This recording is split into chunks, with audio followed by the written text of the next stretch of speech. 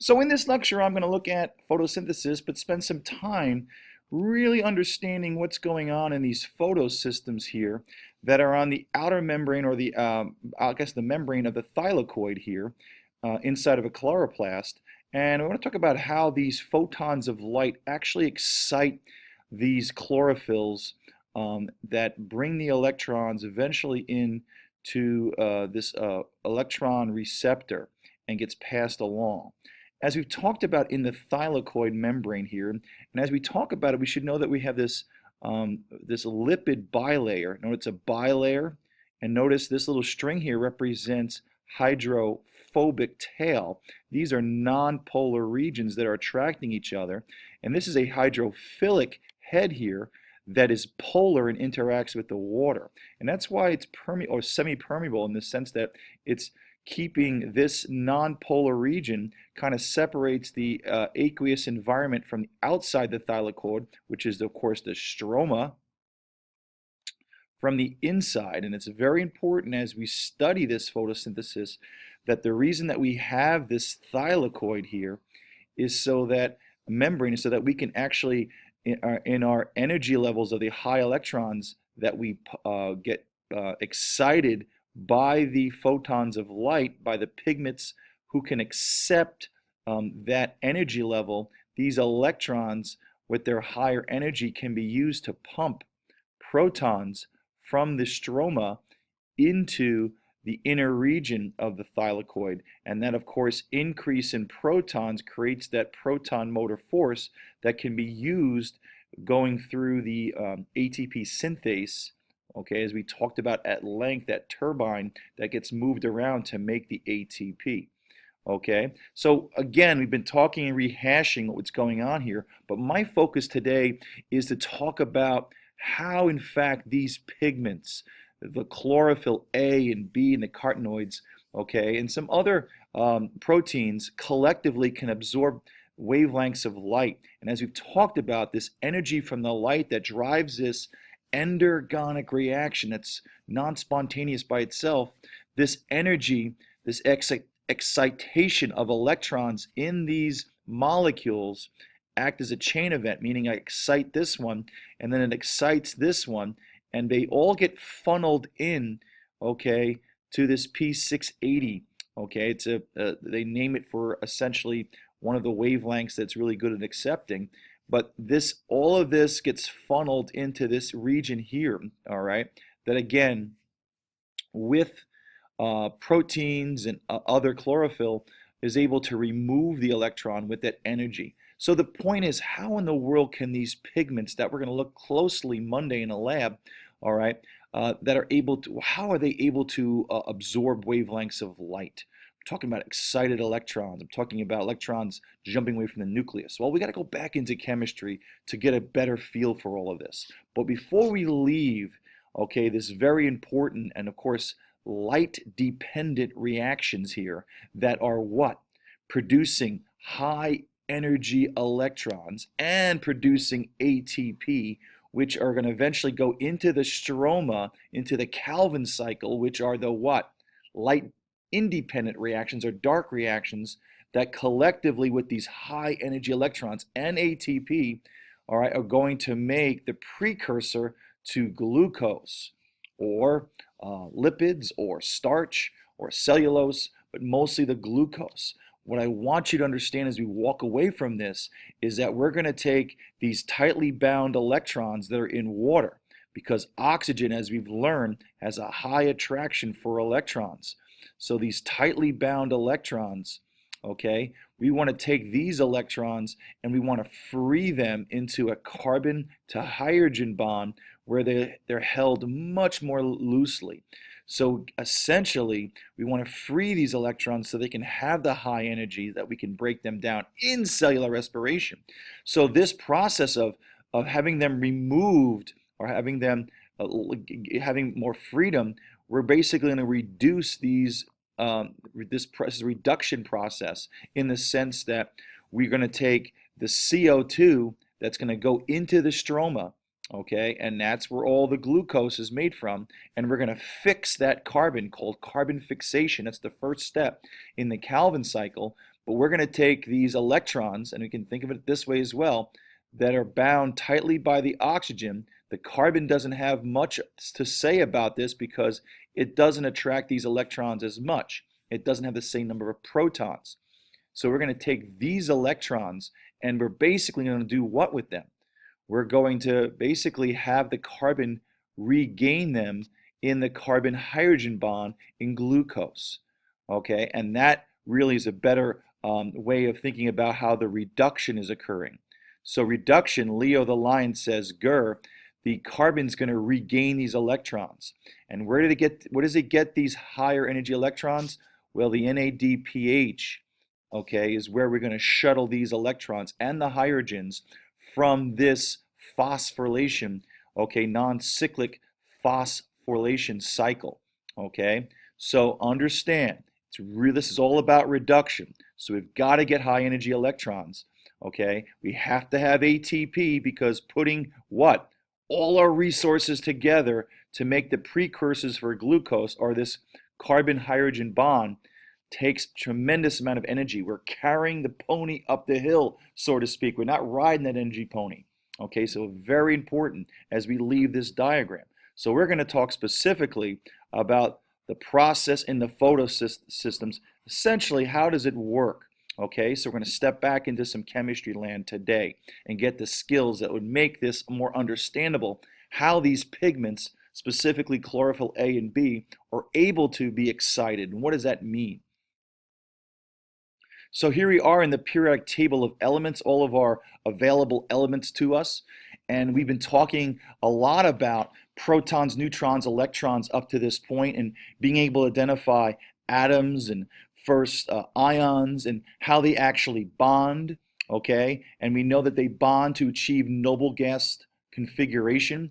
We've looked at oxygen specifically. Let's look at oxygen. You know it's written as O2.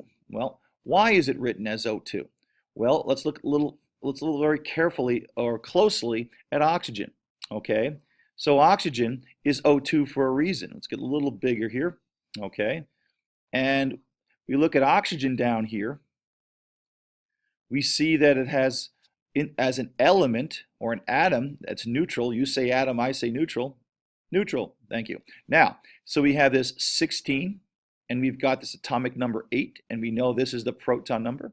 We also know it's the electron number if it's an atom. Protons and electrons have opposite but equal magnitude of charges, but opposite charges, and they cancel out. We know if we subtract these two, we get the neutrons. We're not really talking about any of that today, though. We're talking about these 8 electrons. So we have the 8 protons in the nucleus. We also have, in this case, the 8 neutrons in the nucleus. But what we're talking about today, since we're talking about how well these pigments and these photosystems are able to be excited, how can they be? Well, very simply is the electrons exist in energy shells, okay, as I mentioned in class. Now these energy shells, all right, look something maybe like this. Now I'm writing them as circular energy shells. In truth, they exist in something called orbitals, which have 3-dimensionality based on electron acting as waves, and that's a discussion for a later time. But some of those shells or energy levels are circular or spherical in nature, so I'm not totally breaking science here by saying that. But I'm going to make this for simplicity's sake. Say we have these shells that are circular, and again, it's not far-fetched because there are some orbitals or wave areas of electrons that exist in circular regions. Again, another discussion for another day. So think with me the fact that I'm putting electrons in different energy levels, okay?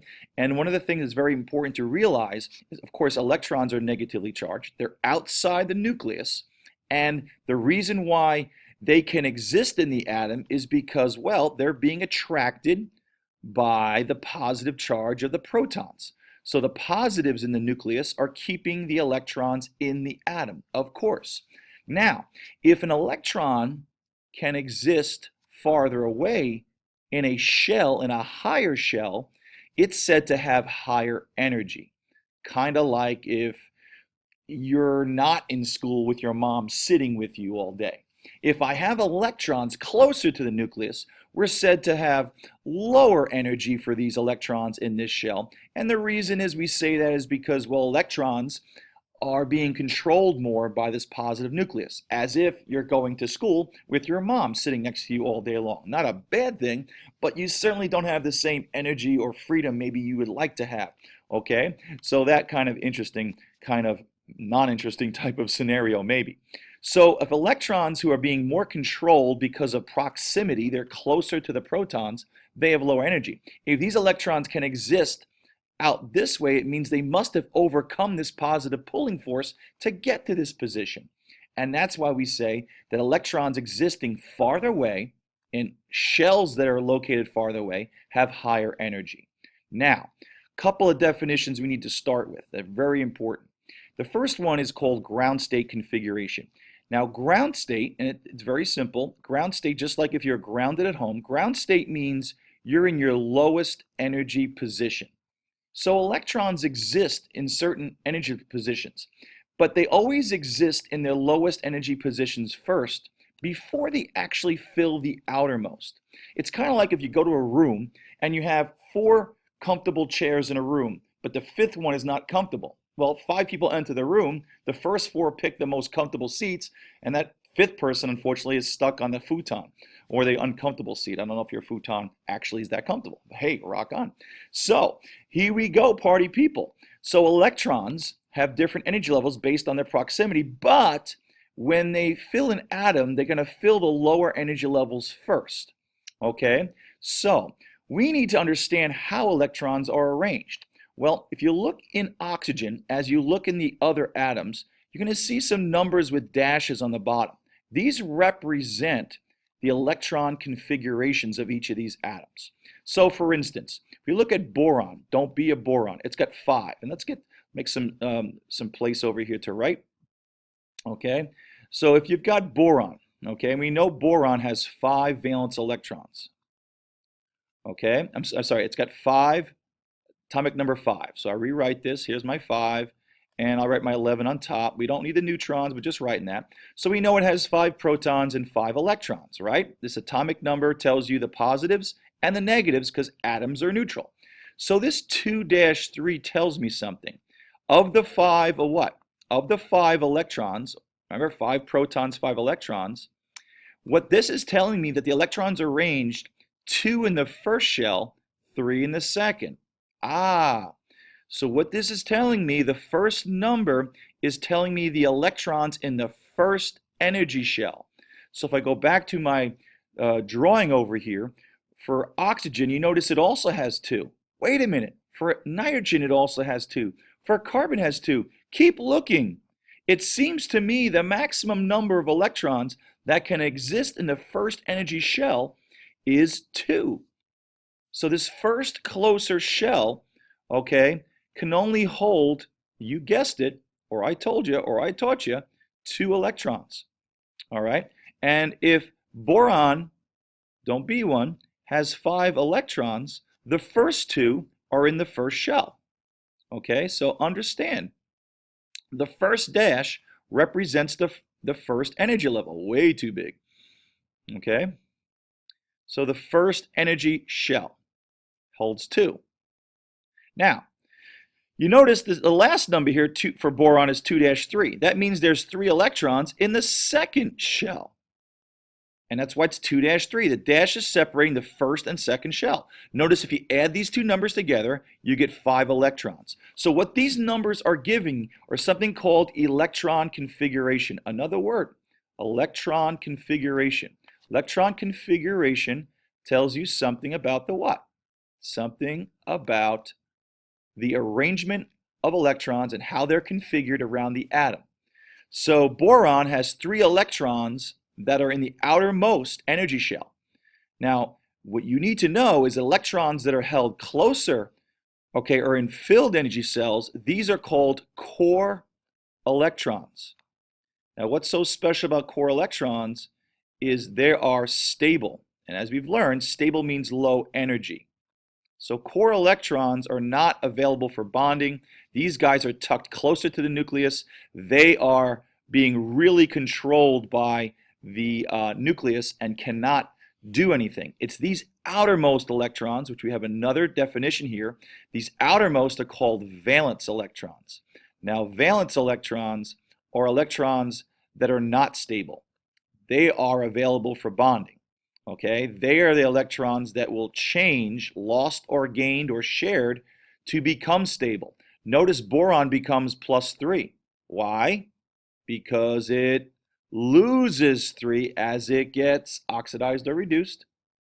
Yes, it gets oxidized. When it loses electrons, it loses these 3 to become as stable as who? Right? Once it loses those 3, it becomes as stable as helium, right?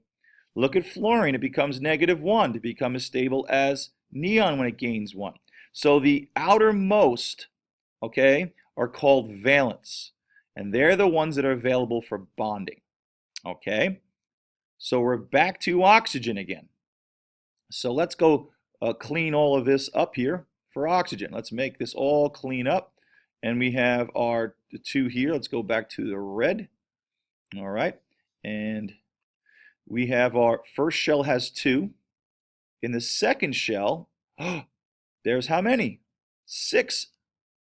And we can just write them. They don't exist quite like this, but we get a good idea that there's 6 electrons in the outermost shell. That's why it's 2 dash what? 2 dash 6. Here's the 2 for these 2 electrons, dash 6 for these 6 electrons. So I could ask you, how many core electrons does oxygen have? Well, if it's 2 dash 6, it's got 2 core electrons. Electrons that are not available for bonding, they're held really close. These higher energy electrons are the valence. And I could ask you, how many valence electrons does oxygen have? And you would say 6 valence. Now, why is that important to know that it has 6 valence electrons? And why do I need to know the arrangement? Because we need to understand which electrons can be excited in the pigments. It is not these electrons that are core electrons that are excited. It's the outermost, the ones that are what? Higher energy.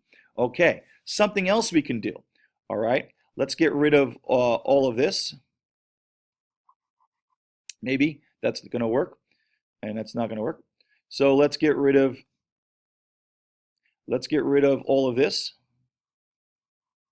Now let's think about oxygen. Oops, got rid of something. Let's do oxygen again. And let's show how oxygen bonds. Kind of interesting. All right. So I have O2 here again. Now let's do something called Lewis dot diagram here. Here's oxygen. How many valence electrons? How many electrons are available to be gained or lost to become stable? 6. Forget the 2. We know there's a total of 8. Because of the arrangement of 2-6, it needs, well, it only has 6 available. So I'm going to draw 6 dots. 1, 2, 3, 4, 5, 6. Here's another oxygen. And just for fun, maybe not that fun, I'm going to draw 6 dots as well. 1, 2, 3, 4, 5, 6. Now I did something kind of weird. I put the two pairs together. And if we look closely, there's a reason why I did that. Look at this. Oxygen, by sharing 2 electrons to each oxygen, each one feels like it has what? 1, 2, 3, 4, 5, 6, 7, 8. Each oxygen feels like it has 8. Each oxygen feels like it has 8. What's so special with being 8? Well, by it sharing a pair of electrons, this number for each oxygen becomes an 8. And who is 2-8? Neon. So by sharing 2 electrons, now we're not losing or gaining in this case, we're sharing, okay? It feels like it's neon. You may say, Mr. Grotsky, why is it sharing? Because you just talked about boron losing. Well, as we get in this region here, these metals, as we talked, these nonmetals get really, really small. They get small because they pull in the electrons so great. So when you're going to bond these smaller guys with the smaller atoms, they are forced to share electrons. And we call this type of bonding of sharing covalent bonding. And these are the bonds we deal with essentially in organic chemistry or biology. So we would say that oxygen, by sharing 2 electrons, made a double bond. That's right. There are 2 pairs. Each pair represents that line, a bond. And it's double bonded and each one feels like it has 8. And as we talked about, by bonding, each one of these oxygen atoms got as stable as neon. What's so special about the noble gases? Well, here's the real answer. They have noble gas configurations. Well, they have electron configurations, I should say, that are filled. 2-8 fills everything. Look at argon, 2-8-8, okay? They have these 8, which we call an octet rule. And once we have that magical number 8, we are stable, okay? So these guys love to share, and by sharing, they try to get stable. Let's do another example. Let's do water. It's another molecule or compound we're constantly seeing. Let's show its covalent bonds. All right, now water, as we're going to see, looks like this. We have an oxygen and we have 2 hydrogens. And I'm drawing something called a Lewis dot diagram. Now, how many valence electrons does oxygen have? How many electrons are available for bonding? 6, the outermost. So I draw them. 1, 2, 3, 4, 5, and 6.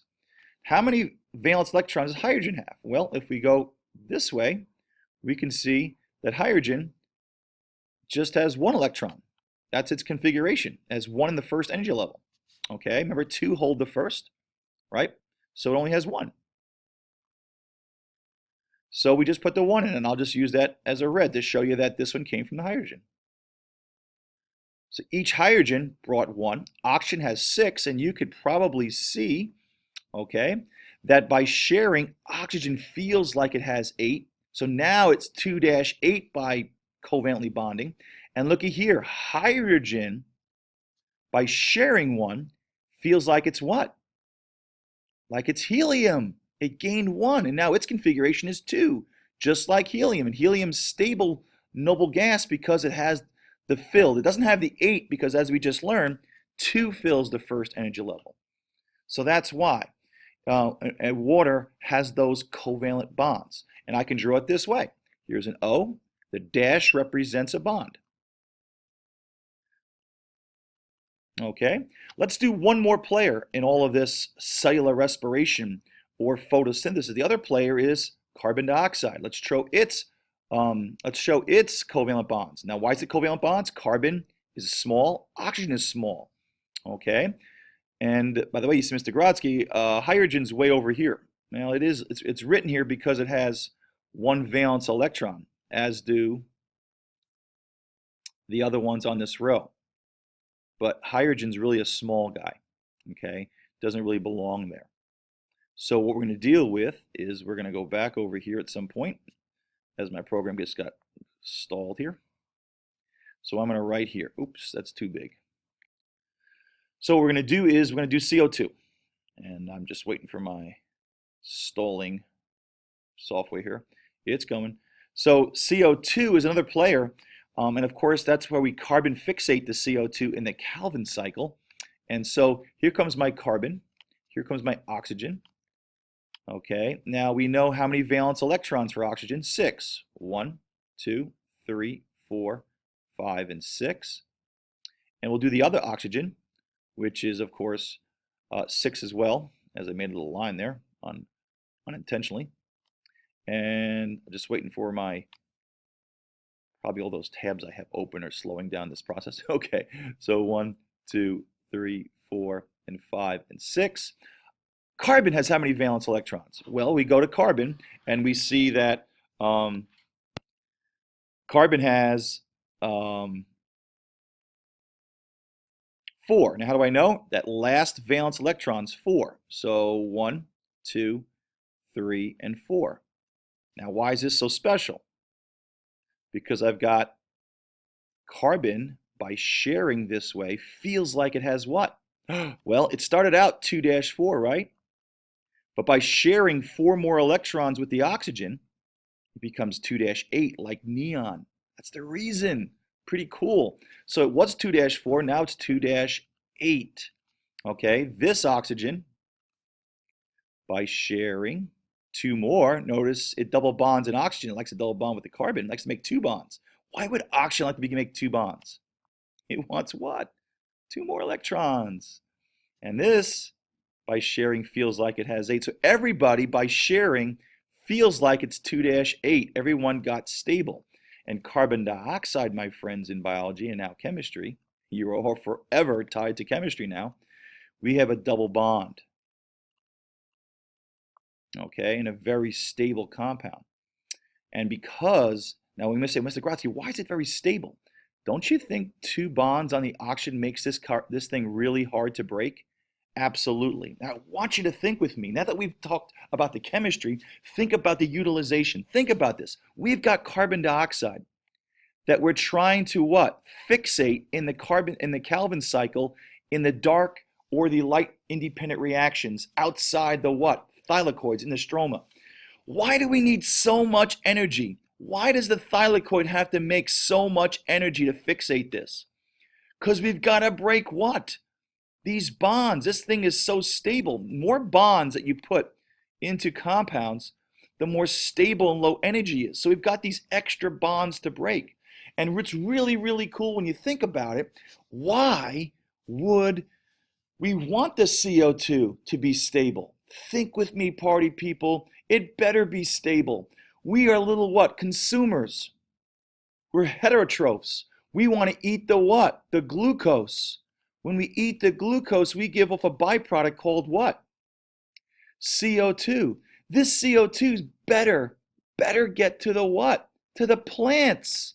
It better get to the plants. If this thing had a single bond, it could possibly break down and never get to the plant. If it doesn't get to the plant, we can't what? We can't break it down and make glucose out of it, and the cycle can't continue. It should make sense how beautiful this is once you start learning the details. Okay, so I'm not going to ask you to be able to do Lewis dot diagrams, but I want you to understand what they really are and the basics behind it. So let's go back to now exciting electrons. How is chlorophyll able to make excited electrons, okay, in the process? Well, here's the deal, okay? Electrons from the outermost energy level, okay, the valence electrons. Okay, here's my my nucleus is positive, and I'll do this one more time. The nucleus is positive as I'm waiting, and that nucleus attracts electrons, and electrons closer to the nucleus. Electrons that are closer to the nucleus, this is positive. So positive something, electrons closest to the nucleus is going to work with it, all right, are lower energy electrons, as we've talked about. Now, in order for chlorophyll to get electrons to a higher energy position, they need energy. That energy has to come in. Because for electrons to overcome this positive pulling force, they need energy. Now, it's really important. They need an exact amount of energy. Each one of these molecules has electrons that can only get a photon of light, a particle, a bundle of light with a certain wavelength. As we learn, the longer the wavelength, the lower the energy. The wavelength is the distance between the start of a wave and the end of a wave. Shorter wavelength have higher energy. So this wave of a certain this light of a certain wavelength, a certain energy, has to be exact for this electron to get here. Very important. So we have these chlorophyll, A and B and carotenoids and a couple other pigments that are able to absorb light at different wavelengths to make the process more what? Doable. Light from the sun has many waves or spectrums. But you need to understand, to get from this position to this position, light or energy needs to be absorbed. Now, this high energy electron usually jumps back down. That's the demo I showed you in class. I showed you when I took chlorophyll out of the spinach, okay, and I put a light source, it turned red. Why did it turn red? And this is so important. It takes a red photon, a photon of long wavelength, to get electrons from this position to this position. If it could jump down, it would emit the same red photon. What? Yes, it takes a red photon to jump here, and the same red photon would jump back. And that's what happens out of the cell because no one's taking the electron. But in photosynthesis, we take this high energy electron and we either put it down a transport system so that it can pump protons into the thylakoid membrane, or we take this electron in photosystem 1 and we hook it up with NAD what? P plus to make NAD pH, and this high energy electron is the electron that we basically give to this carbon so that it's loosely held. These electrons are too tightly held. Okay, so the demo was cool because it showed you what happened when it didn't go somewhere, when it jumps back down. All right, so both photosystems are taking these electrons and giving them an exact amount of energy. It's important that you realize it's an exact amount of energy because when we get to the spectrophotometers, we're going to see that the energy that gets absorbed is only going to be in certain regions of wavelengths. So when I draw you this little diagram that we're going to get from the spectrophotometers, I know some of the class got to it Friday, Thursday, and some didn't. If we have a graph that graphs wavelengths, we're going to see that the pigments in chlorophyll are really good at absorbing only certain regions of wavelengths. So here's my graph, and we're going to see that it's really, really good at absorbing wavelengths that are pretty short, and then it doesn't absorb really very good in the middle and at the end. And at the end here, this is where the wavelengths are longer, bigger, and this is the red region. So we are really good. That red that you saw when I put the light next to the chlorophyll out of the cell represents the red that it absorbs. We saw it come back. Okay? There's a blue part of the spectrum. Now we have chlorophyll A and B that help absorb different areas, and then we also have some other pigments that are able to absorb other regions, okay, that make this a better way of absorbing. But we don't take all of light. And again, why is the grass green? The grass is green because the grass is essentially using part of the spectrum of light, the blue and red spectrum, not using the green. So the green is either being reflected back or what? Not being used or retransmitted back. Okay? If you look at the grow lights and the LEDs I have in class, you'll see the red and blue ones I'm using. So understand the light that's being absorbed is specific for each of these molecules. And electrons, when they get excited, jump farther away. Last little piece and I'm done. And you've been a great audience today. I appreciate all your questions or your compliments. So, last little piece, we have a ground state configuration, let's say of oxygen, okay?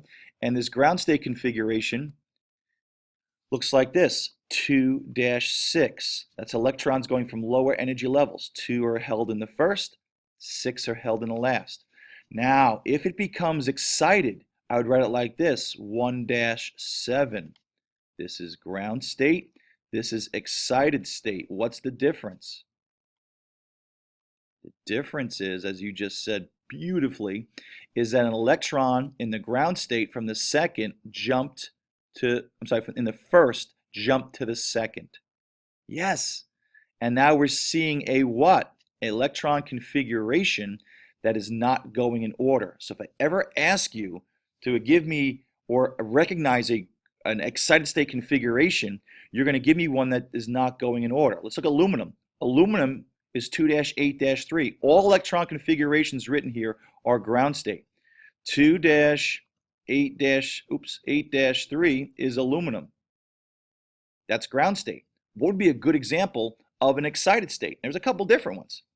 Well, you could say 2-7-4. Ah, yes, that means you would say an electron here jumped here. You could also say 1-8-4. That means one from here jumped. Okay? So what you can't do is you can't break this rule. 8 is held in the second. So you can't do 1-9. Only 8 can be held. All right? So hopefully that gives you a better understanding of how all this chemistry works together in concert with the thylakoid and the light-dependent reactions. Okay? Please go back to this. Look at this again. Okay, there are definitely some pieces here that I'm holding you accountable for. I'm not going to have you hold you accountable to drawing Lewis dot diagrams, but if I give you a Lewis dot diagram, you should understand how many bonds and how this works. Thanks.